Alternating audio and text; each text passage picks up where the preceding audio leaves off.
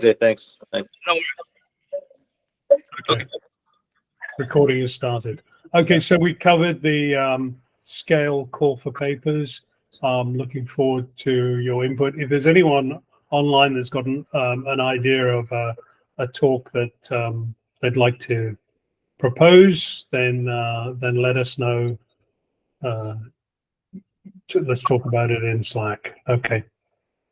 And I mentioned the manifesto comments or the mission statement. So I guess I said people should take a read to this. Did we share? I think we shared this on Slack some time ago. We probably should share an update of this link, right, for the mission statement somewhere on Slack. Right. It's yeah. I don't have anything more to say. Yeah, maybe we should probably. Maybe I'll do this. I'll create a new channel on Slack with a mission statement, right? That would focus. People could join it, and then have a comment discussion that way. On the Slack channel, people want to have ways of adding things to the mission statement. Okay. That probably sounds. And then, yeah, I think other updates. That's about it. I mean, we have a members agreement that we're trying to flesh out still. I think there's some things in there. I was talking with Matt offline about it too. And then if anyone has any comments on that, like, about different rules and engagement people want to have, like as members, I don't know, Reza, if you have any comments on that also. Yeah, I think we're behind on the formal agreements. And Afshin, maybe this is a call for you and me offline, but I'm intrigued by the law firm that you used for Covert. And maybe we need to up our game in terms of legal representation. And we were relying on Govinda, but I think he's gone silent on us. So let's see if we can up our game there. Okay. So, great. Okay. Next week, I've got a meeting with College of the Canyons for them to host our October summit. So the October summit, we've penciled in October 14 in the Santa Clarita Valley. College of the Canyons is off the I-5 by Cal Arts. You'll know it if you've driven past it. It's on the other side of the freeway compared to Six Flags Magic Mountain. And October 14 is a Saturday. We are penciling that in for an offsite, a face-to-face summit. Yeah, I know it's only a month away, and we've got to get going to prep for that. But I'm meeting with them on Wednesday to confirm the date. That's my update there. I don't have any more logistical updates. Yeah, I think we covered that. Then maybe we could move on to Mike Rubin's to talk about AI Stack. I'll stop sharing. I imagine you might have some things to share. Yeah, thank you. Let me get situated here.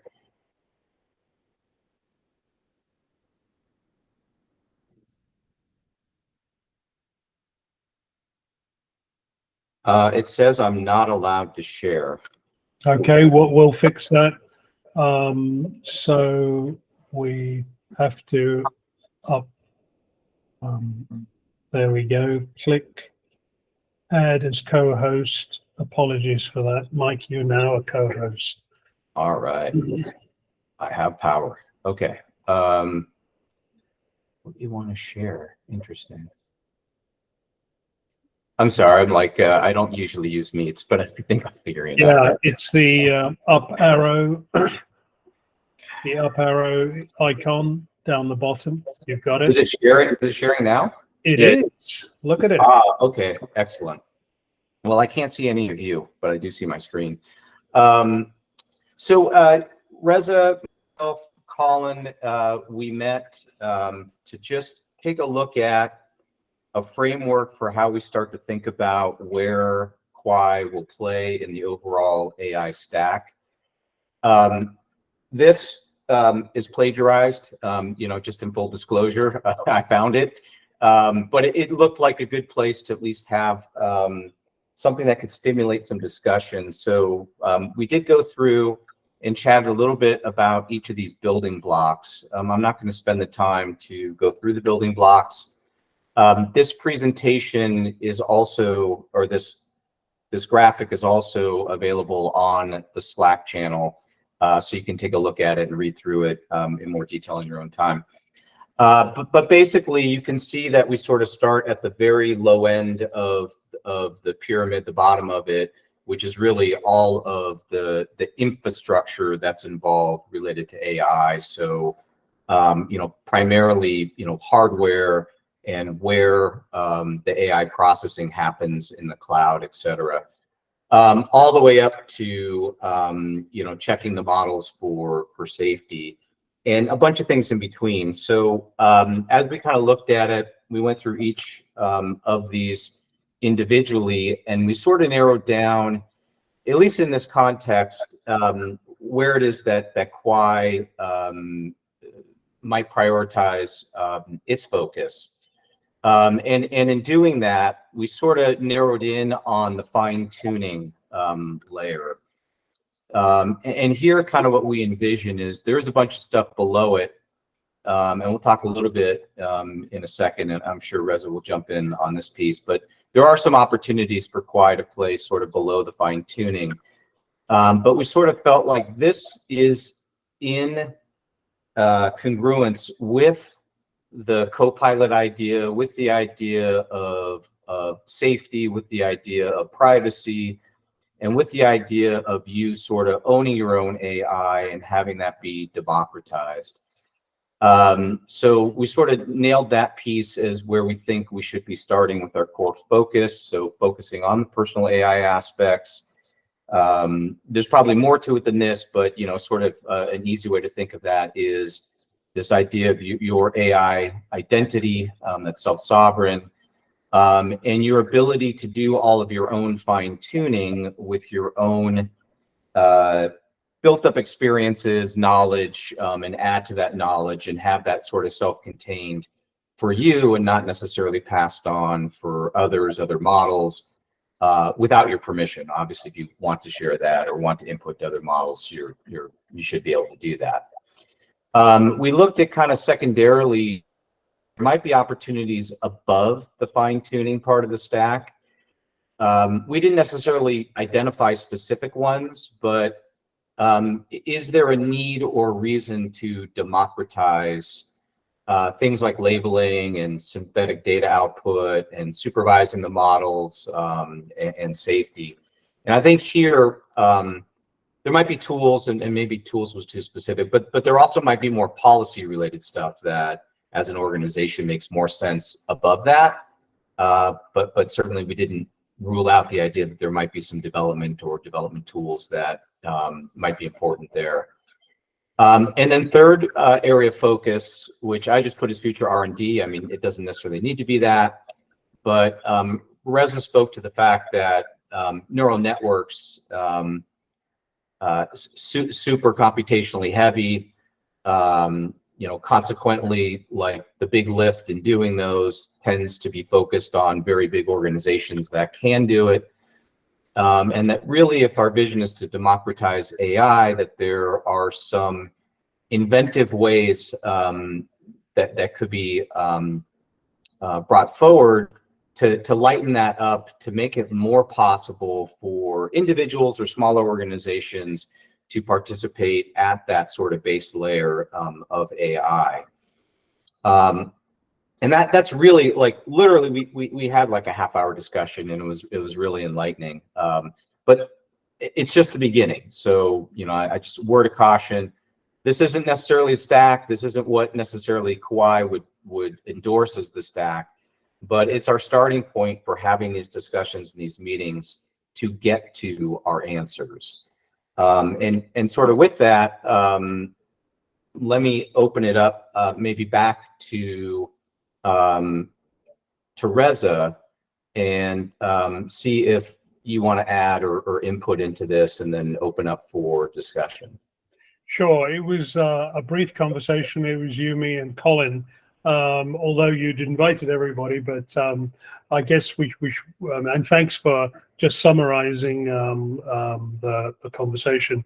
I saw Reynaldo had input around the layer above labeling. He'd mentioned this before about making sure that there's adequate representation in the labeling in the ground truth that goes into the training data of models, and that's a super important focus.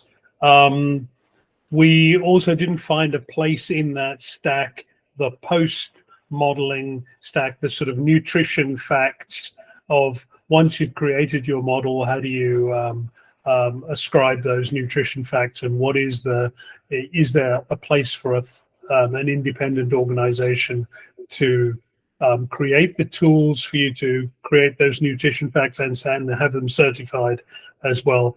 That should somehow feature in there.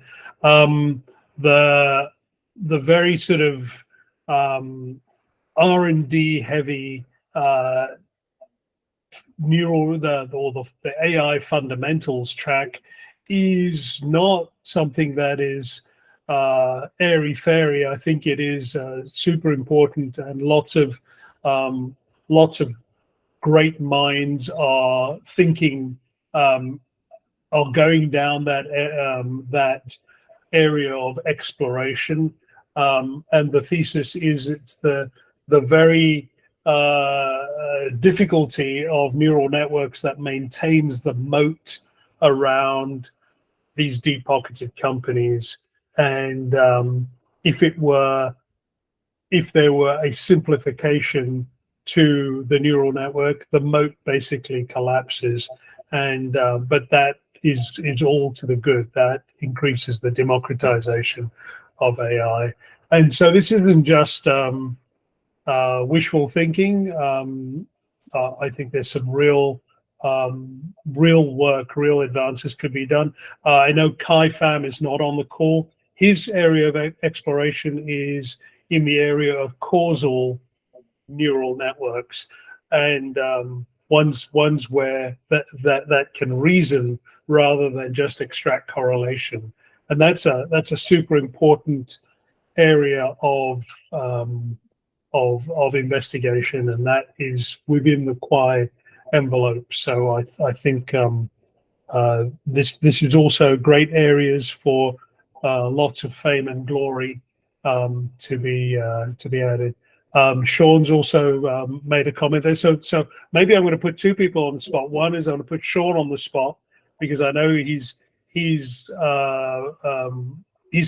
company has already created a whole bag of tools around AI. And so Sean's one person, and then Reynaldo, I saw you made a comment as well. Perhaps we can hear your viewpoint as well. And whoever gets to unmute first can talk.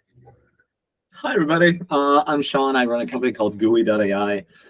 You can think of us as an open orchestration layer that's trying to commodify really all of the other generative AI tools. So you can think of us as a big layer on top that allows you to kind of use many different LLMs, many different speech reco engines, many different animation engines, and then we compose all of that together into shared workflows. And so we've built co-pilots for folks like the Gates Foundation and Farmer Chat that was demoed at the UN in April as a tool on WhatsApp. That was a multilingual tool to basically aid farmers and sort of in local languages in interfaces that they use in India and Indonesia to basically access this repository of wisdom.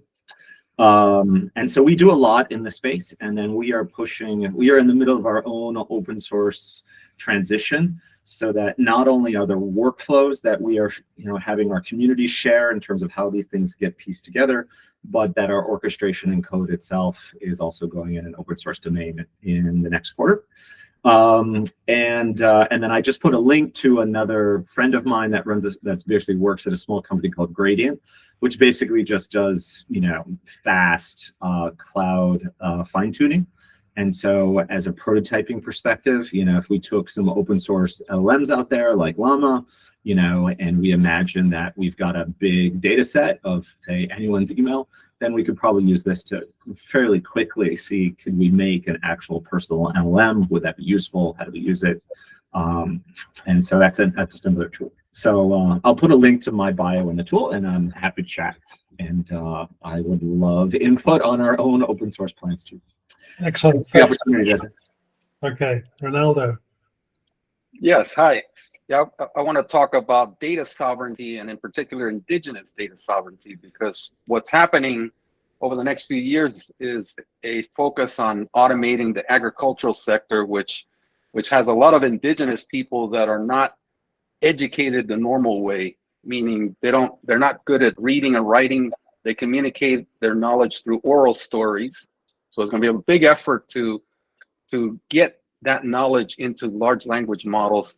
And if we don't do something to help them retain that sovereignty, then it's going to be taken up by the big ag tech companies. And the same thing's going to happen to them that's happening with the rest of the knowledge within the internet.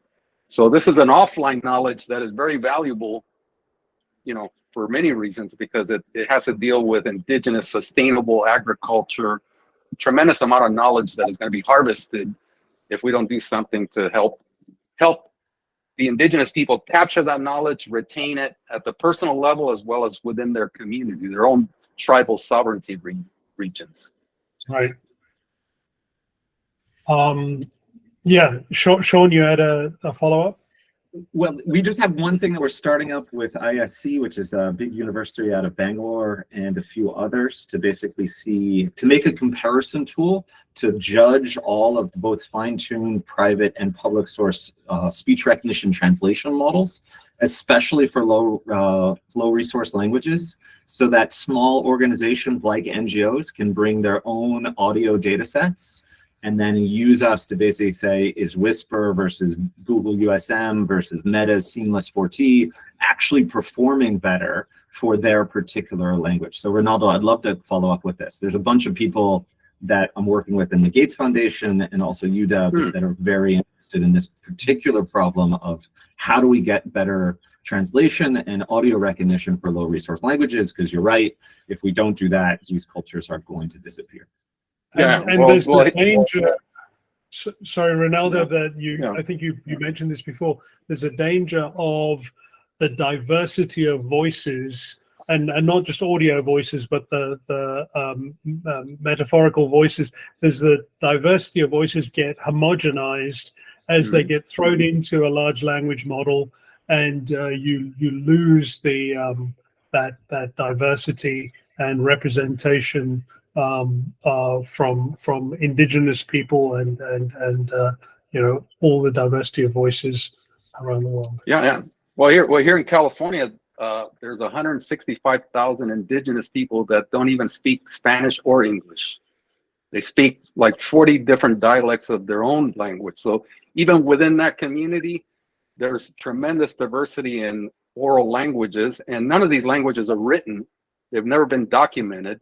But tremendous knowledge, regional knowledge. For example, there are some tribes that know everything about strawberries, how to raise strawberries, how to grow very, very good quality strawberries. There's other ones that specialize in peaches. So there's all this specialized knowledge contained inside these communities, and that knowledge is going to be taken away by the big companies if we don't do something. Here in the United States, there's been a 23% decline of agricultural revenues because 200,000 farmers have died off since the last census. So the next generation of farmers are going to be these indigenous farmers that are tied to the land and want to invest in building farms and growing things.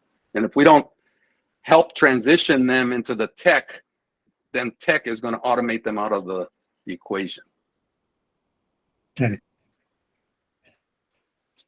Okay, Afshin, back to you for the agenda. Where are we on the agenda? Sorry, I was on mute. Yeah, I was gonna load up the agenda. Yeah, I think we're on track. Hold on there. Should be popping up now. Okay, good. Okay. Yeah, so yeah, I think we got our, well, it was advisory roundtable, but we wanted to talk about the AI stack. So that was probably the conversation we wanted to talk about during that. I'm not sure if there's any other topics for the advisory roundtable in the AI stack you wanted to talk about, Reza. No, I think it's time to hear from new Yeah. voices.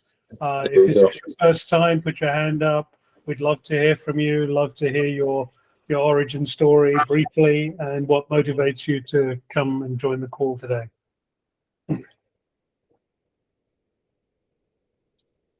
Might have to pick on people. I might have to pick on people, right?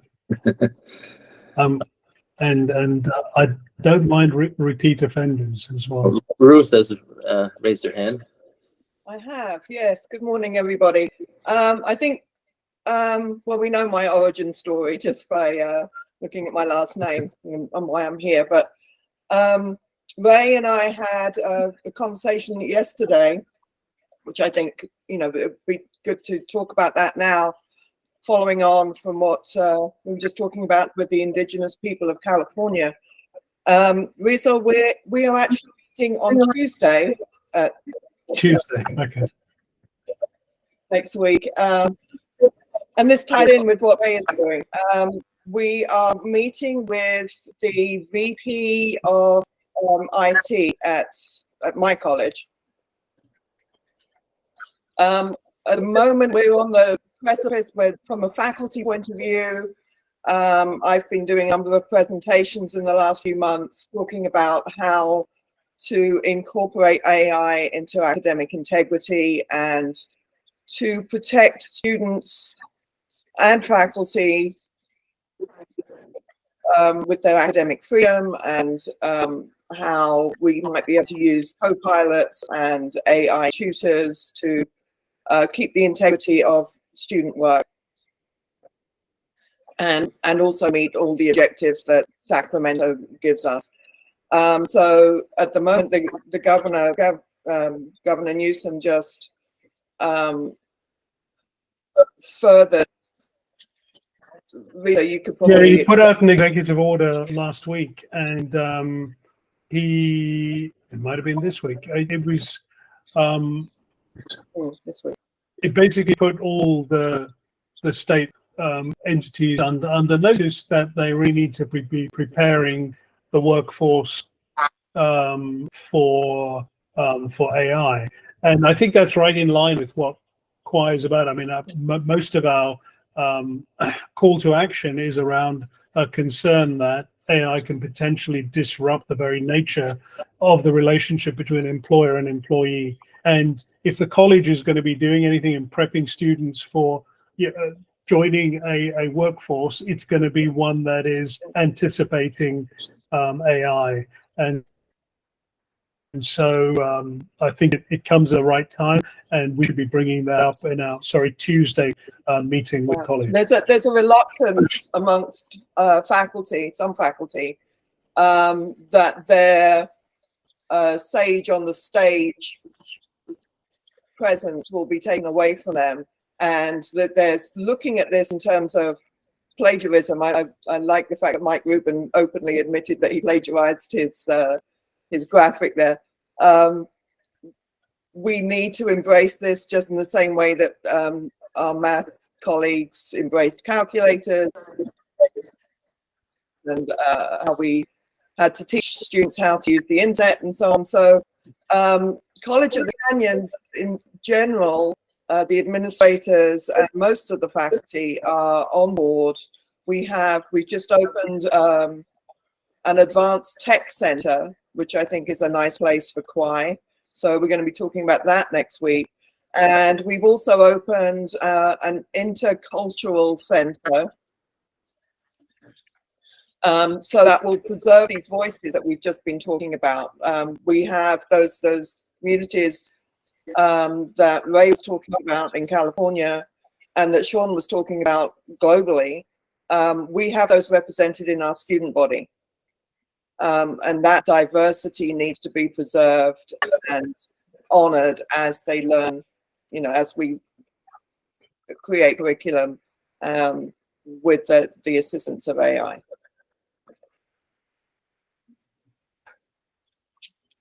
Great. Okay. Okay. So new voices. I see Jim Baker. Maybe put you in the spot. I know you were introduced on the Slack channel. You introduced yourself. I don't know if you want to introduce. Yeah, as the last person on the introductions channel, I figured I should go because I have no deniability. Hey everyone, I'm Jim Baker. I am originally from the UK as well, now living in Northern Virginia. I have been hacking computers for 30-something years, since the 8-bits, and Reza especially might remember the BB Micro and those eras. And so I spent my whole life as founder, CIO, CTO, CISO type roles.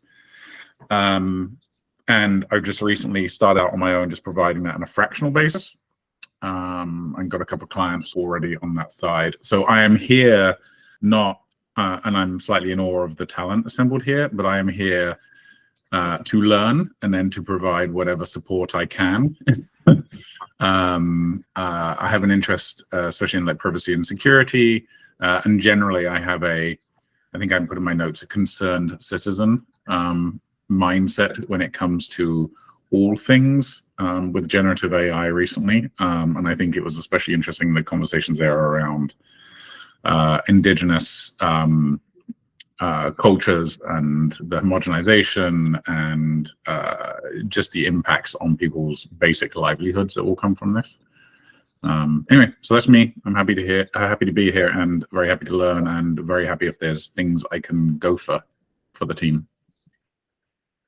Excellent. Thanks so much, Jim. Jim, I think you're playing down your expertise. The concerned citizen will take that, but I'm looking forward to your contributions. Thanks. I'm going to call out a few more people if the hands don't go up. Duncan McLean, you can't be silent. You can't be on this call and be silent. Let's hear from you. He's going to unmute. He's going to find the unmute button. Come on, Duncan. You know how Google Meet works. You used to work for Google. See if that works any better. Yes. Yeah, there we go. Yes, as Reza said, well, actually, I'm recently retired. I've had a long career as a coder, a hacker. Started off mostly in film and video editing and special effects, and then migrated for a while to a form of machine learning, which we call, well, genetic programming, and we tried to commercialize that, especially in the medical field around developing diagnostics and drug rescue. And then for the last 10 years of my career, I was working at Google in internal parallel data processing tools, which were heavily used around the AI stack. And so worked with Reza on many projects over the years. Yeah, as I said, I've recently retired, so looking to find out more about this and see if there's any way I can contribute. Excellent. Well, Duncan, I'm looking for your prodigious brain to be maybe applied to AI fundamentals. I don't know. I think there's lots of areas where you can contribute, and look forward to working with you and having your participation. Okay, who else is up there? Lots of new. Yeah, Tony Yes. Morton had his hand up. Oh, he has all hands up there. Okay. Hey, yes, yeah. Just want to say we are looking for some collaborators, and if anyone is planning to be a part of the actual like development team or contributing to development with Kwaai, like we'd love to just kind of collaborate, do some virtual co-working, get to know each other. So when the moment arises and we need to actually start working together, that we've kind of already built up a little team and camaraderie, and we know each other and we can hit the ground running. So just anyone that wants to, just add me on LinkedIn. I usually am online working most days, and we would love to, just hang out with you. Great. Get to know. Hey, Toby, this is Eunice. I will take you on that offer and we'll connect offline and maybe we can get together physically and have a conversation there. Awesome. And Ian is part of that crew, just so you know. Okay, so All right, Ian we'll call McFarlane. Okay, so we're not going to put Ian on the spot. Who else have we not heard from? Come on, I'm going to call you out if you've not spoken. Shad, did we hear from you last week? Shad. Yeah, I was actually I think 2 weeks ago when I joined. Hello, Reza. Hello, everyone. Hey. Stephen Clark.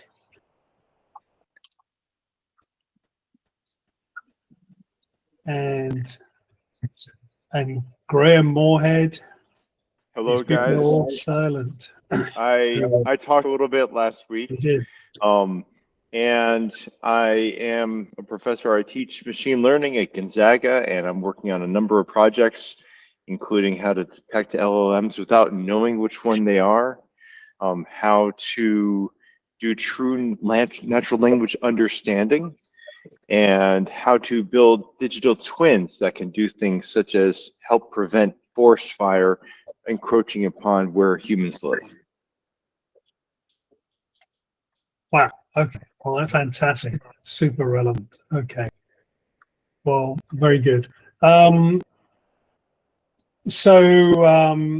we hear? Well, this is. Did we hear from Pranav before? Calling out Pranav. Pulavaropu. Hi everyone. Hope I'm audible. We could hear you.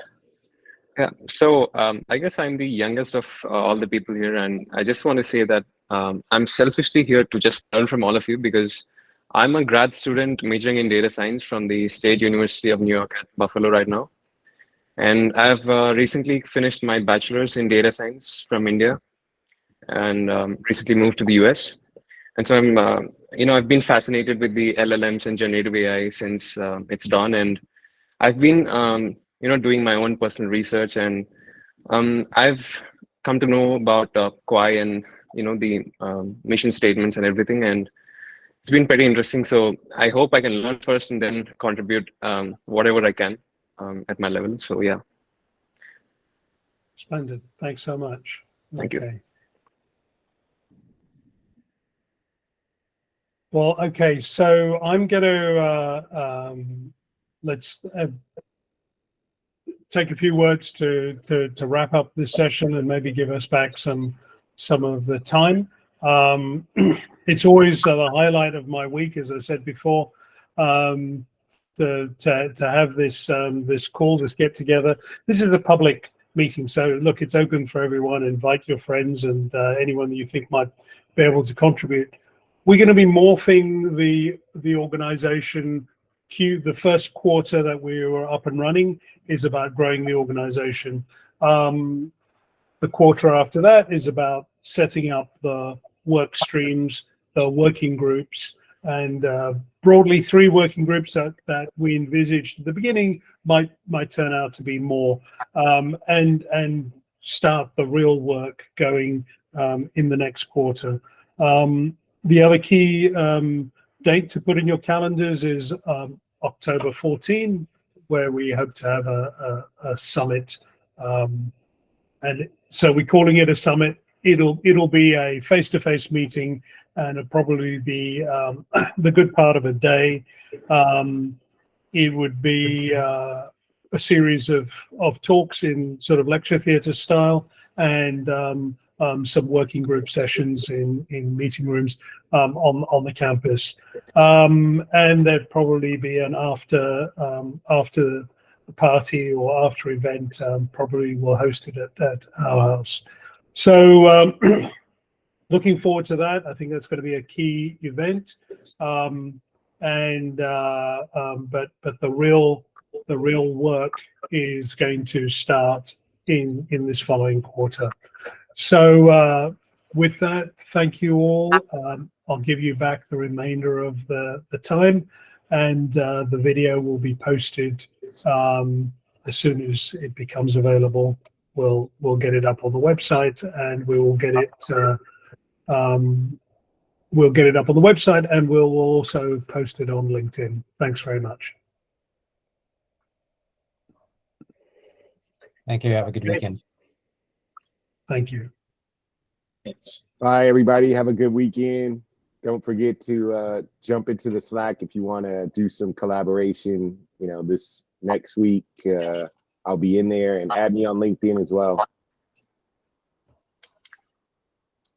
Oh yeah, Sean, I lived in India as well for extended time. We got to have a little chat. Yeah, it's I was back there for 3 months this summer, hence missed the earlier meetings. But Oh, nice, man. Yeah. I was just telling my kids they're gonna have to go spend a summer over there doing some service work. that's good. So- That's good. They should also go to Goa. Oh man, I spent too much time in Goa. I ended up living in Bandra, so that's not too far from Goa. But yeah, man, love Goa.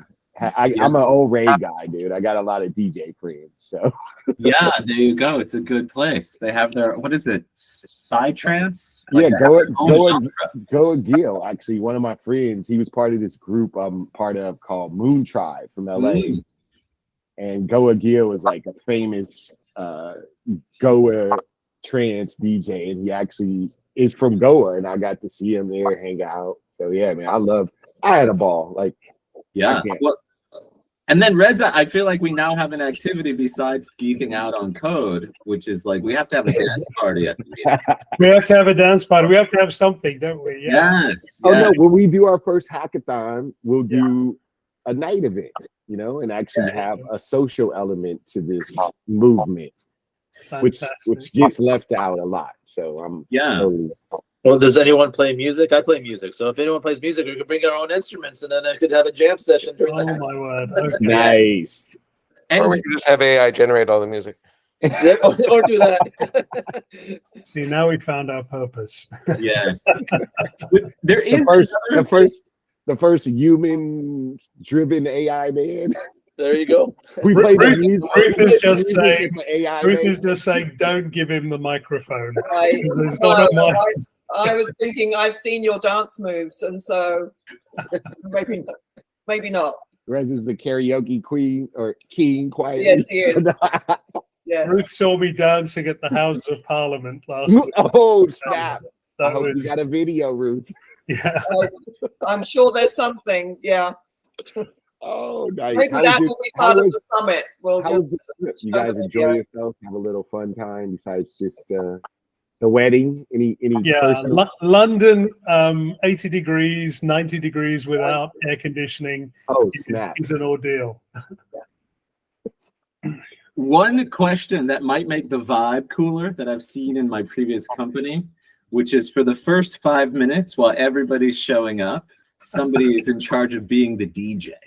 And so you start that's 5 minutes actually- early and end about 3 minutes after the meeting, and it's actually really cool in terms of setting. No, that's actually interesting because music definitely sets a vibe, and you know we like some weeks where we want to be high energy, we could come in with like the electronic, right? If we want to come in on the deep level, we come in with like you know some classical or something, you know, like. Yes. So I Toby, you like- want to I like volunteer for that. next Friday? Just show up 5 minutes early, start streaming your sound. Oh yeah, I do it all the time with Ian. Ian will tell you I'm DJing in the room while we're coding all the time. Sweet. Okay.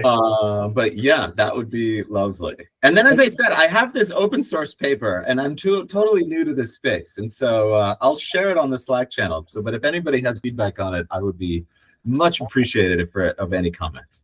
Okay, and I owe you some feedback on your Sure. post. Yes, yes. I The took a weekend. look. I'll give you some as well. I took a look. Okay. Thanks, guys. Until next week. Yeah. Well, Thanks. it's amazing how the after conversation is more vibrant. Yes. Oh wait. Get the I see conference. my buddy hanging out here. What's up, Steven? He's like Okay. dialing in from South America. This is the after party. Okay. Now, Stephen Clark, I see you, man. You must be on another call, but we see you there creeping in there. now Ray Reynaldo has gone, but he was talking about an engineering student who was from Ethiopia. And so English was a barrier to his learning. So they ran an explanation. He did his work in Amharic, I guess. I'm guessing. I don't know which of the dialects he spoke.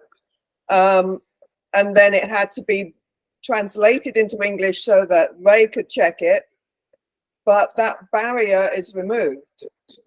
We all know how good it is in English, but there's a whole lot of other dialects out there to deal with. Yeah, I was imagining like just a simple plug-in. So while you're having a conference with somebody, like it could just translate.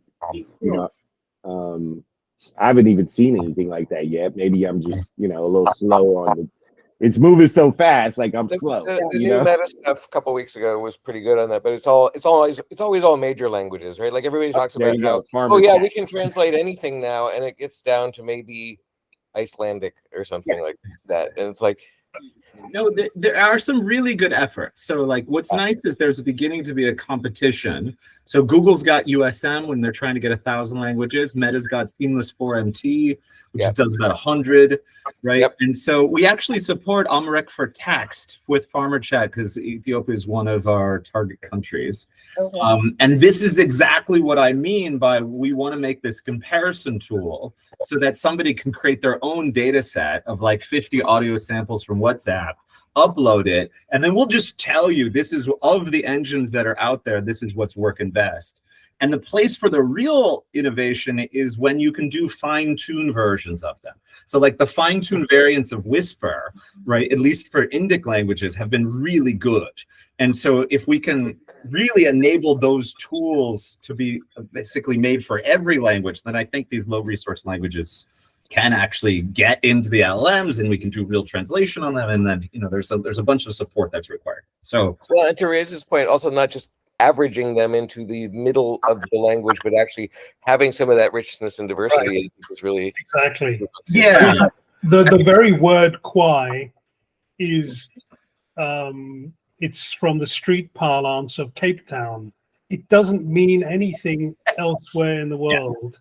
But it has a particular meaning that I'm very fond of. It means angry, or it means cool. Just like the word wicked has a good and a bad connotation. It's a cool word, and I think it embodies the sentiments of a movement.